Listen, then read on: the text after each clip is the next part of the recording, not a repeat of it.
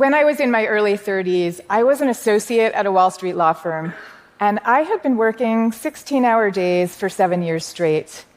And even though ever since I was 4 years old, I'd had this beautiful and impossible dream of becoming a writer, I was also pretty ambitious and on the verge of making partner. Or so I thought. Because one day a senior partner named Steve Shalin knocked on my office door.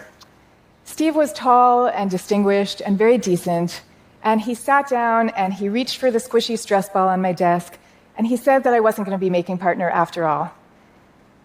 And I remember very badly wishing that I had a stress ball too, but Steve Shalin was using mine. And I remember feeling sorry that it had fallen to Steve to be the one to tell me this news, because he really was a good guy. And I remember bursting into tears right in front of him, such a non-partnerish thing to do. But that very afternoon, I up and left my law firm for good. And a few weeks after that, ended a 7-year relationship that had always felt wrong. And so now I was in my early 30s, and suddenly I had no career, no love, no place to live. And immediately I fell into a relationship with a handsome musician who liked to compose lyrics by day and stand around a piano with friends singing at night. And he was the wrong guy for various reasons, but my feelings for him developed into this crazy obsession, the likes of which I have never experienced before or since, thankfully. No matter what I did, I couldn't escape it. Until one day a friend said to me, "You are this hooked because he represents something you're longing for. What are you longing for?" And the answer came to me with a sudden clarity. It was like, of course, he was the writing life that I had longed for since I was 4 years old. He was an emissary from the beautiful world. And just like that, the obsession fell away, and I started writing for real. Today, I want to talk with you about a state of mind that's ancient and universal and enormously powerful, and strangely these days overlooked. The author C.S. Lewis called this state of mind the inconsolable longing for we know not what, and he was mesmerized by it all his life, as am I. When I was 22 years old and I was still in law school, some friends came by my dorm room to pick me up on the way to class, and I had been sitting and listening to bittersweet music, which is something I have been doing all my life.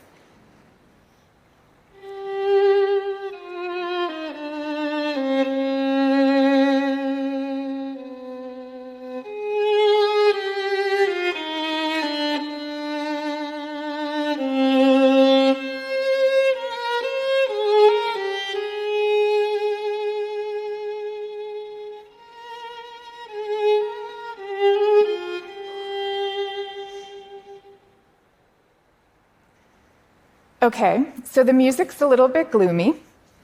It's full of longing, right? Maybe for a lost love that never existed in the first place.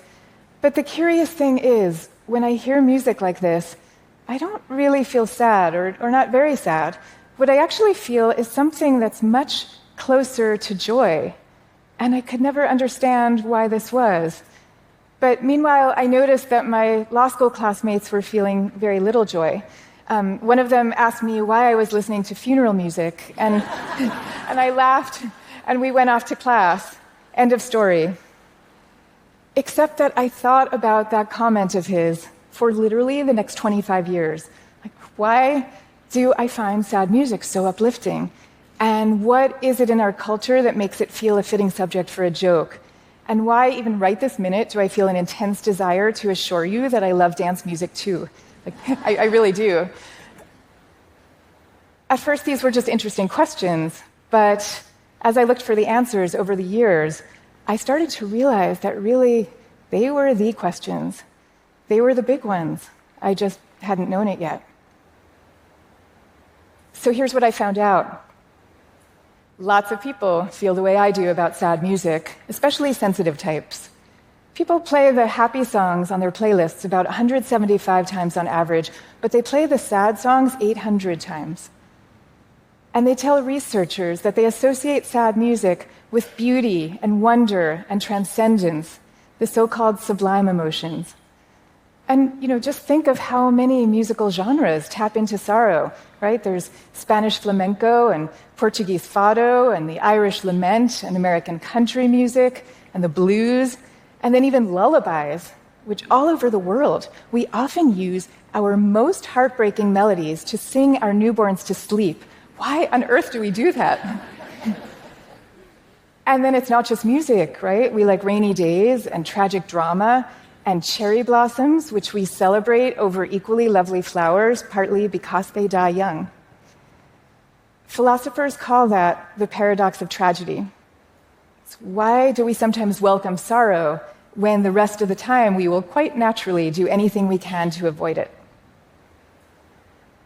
There's actually a scholarly debate raging over this question, but I have come to believe that really what we are craving at bottom is that state of longing, that joy that's laced with sorrow, which is often triggered when we experience something so exquisite that it seems to come to us from some other world. And this is why we give painters and rock stars such exalted status, because they're the ones who bring us the breath of magic from that other place. Except it only lasts a moment, and we really want to live there for good. Because we know that we live in a deeply flawed world, and we have this stubborn conviction that we come from a perfect and beautiful one that remains forever out of reach. And maybe that sounds depressing to you, but this state of mind, this longing, is actually the deep source of all our moonshots and our loves. It's because of longing that we play moonlight sonatas and build rockets to Mars. And it's because we're all in this same strange state of exile that we have the capacity to empathize with each other in the first place. Our broken hearts, taught an 18th century rabbi named Nachman of Breslov, they connect us to each other and to that other world where the music comes from. But modern culture is telling us a really different story. It's telling us to smile and get over it and move on.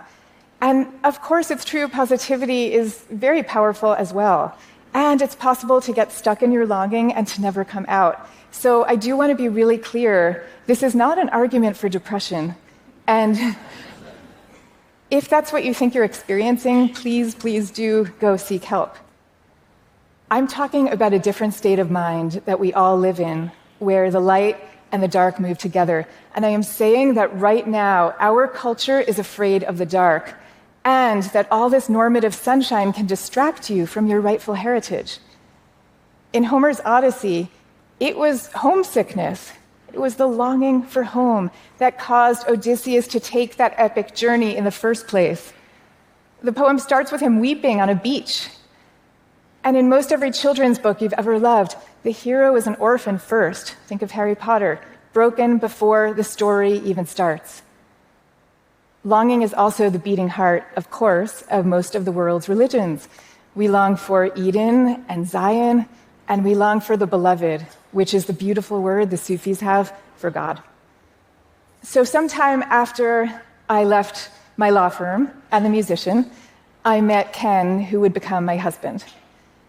Ken is a writer too, and he had spent the past decade doing UN peacekeeping negotiations in Rwanda and Liberia and Somalia. And he had done that work because underneath his very exuberant personality, he was filled with his own longing for another world. He'd grown up haunted by the Holocaust. He used to lie awake at night when he was 10 years old, wondering, would he have had the guts to hide Anne Frank in his attic? And it turned out that he did have the courage, even if his dreams of peace never did come true. To this day, he keeps on his desk a photo of a pile of bones from the Rwandan genocide. When we met, Ken was getting ready to publish a book on his experiences, and it was getting optioned for TV. And in contrast, I had this failed legal career and some poems that I had written. At the time, I was working on a memoir in sonnet form, because why not? But I brought the sonnets to our second date, and I showed them to Ken. And later that night, this is the email that he sent me.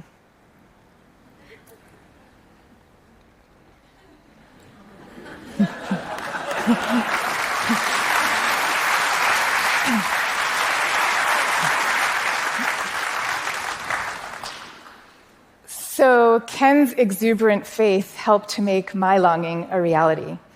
But those dreams of peace he had had, we're all still waiting for those, right? Which is the way it often goes, the beautiful world just out of reach. But while we're waiting, our broken hearts can also help to connect us.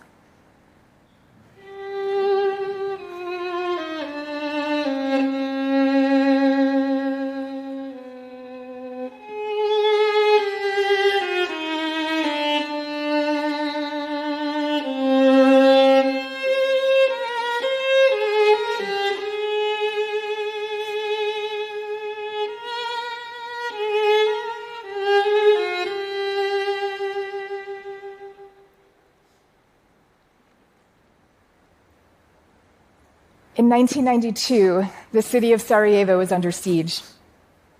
For centuries, Muslims, Catholics, and Eastern Orthodox had lived together in this very vibrant city. And now the streets were dead quiet, except for the crackling sounds of the snipers' gunshots. Until one day, when a bombed-out bakery filled with the strains of Albinoni's Adagio in G minor, which is what you've just been listening to, thanks to the otherworldly talents of my dear friend, Min Kim.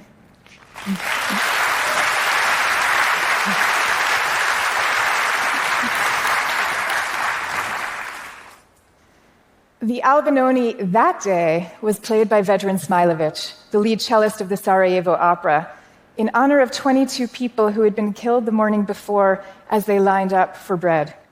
Dressed in a formal white shirt and black tails, as if for a night at the opera. He sat down on a white plastic chair on a mound of rubble, and he played his cello.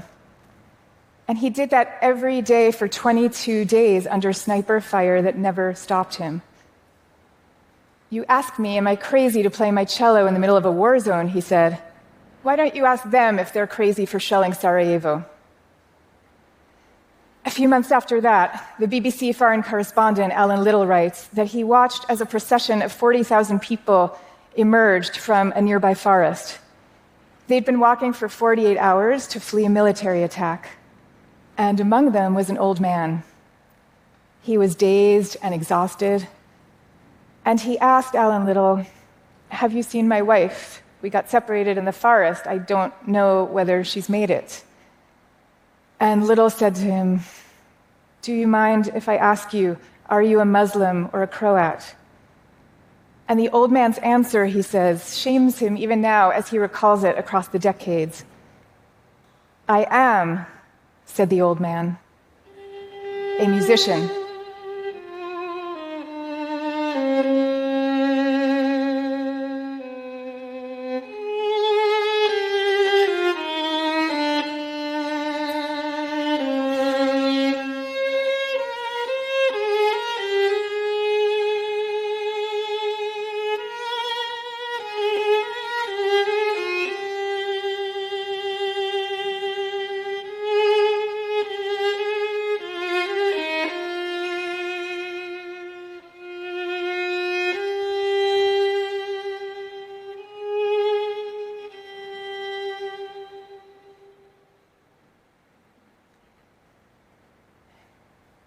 In Hebrew, the word for longing, lehishtokek, it comes from the same root as the word for passion. The place you suffer is the same exact place where you care desperately. It's the same place that inspires you to ease someone's pain however you can. And it's the place that you vibrate with the insane beauty of this world. So remember, there's light and there's dark. And when the dark times come, and they will come, don't be surprised, but ask yourself, what are you longing for? And follow your longing where it's telling you to go. It's pointing you in the direction of the sacred. If you don't like that word sacred, I get it. Call it the wondrous instead.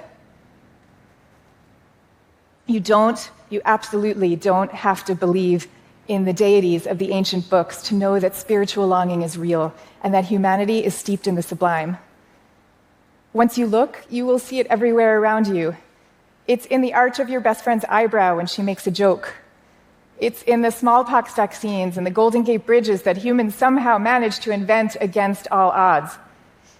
It's in the surge of love you feel for a cellist who did a brave and miraculous thing during a misbegotten war in 1992. And it's right here in this room. Follow your longing where it's telling you to go, and may it carry you straight to the beating heart of the perfect and beautiful world. Thank you so much. Thank you.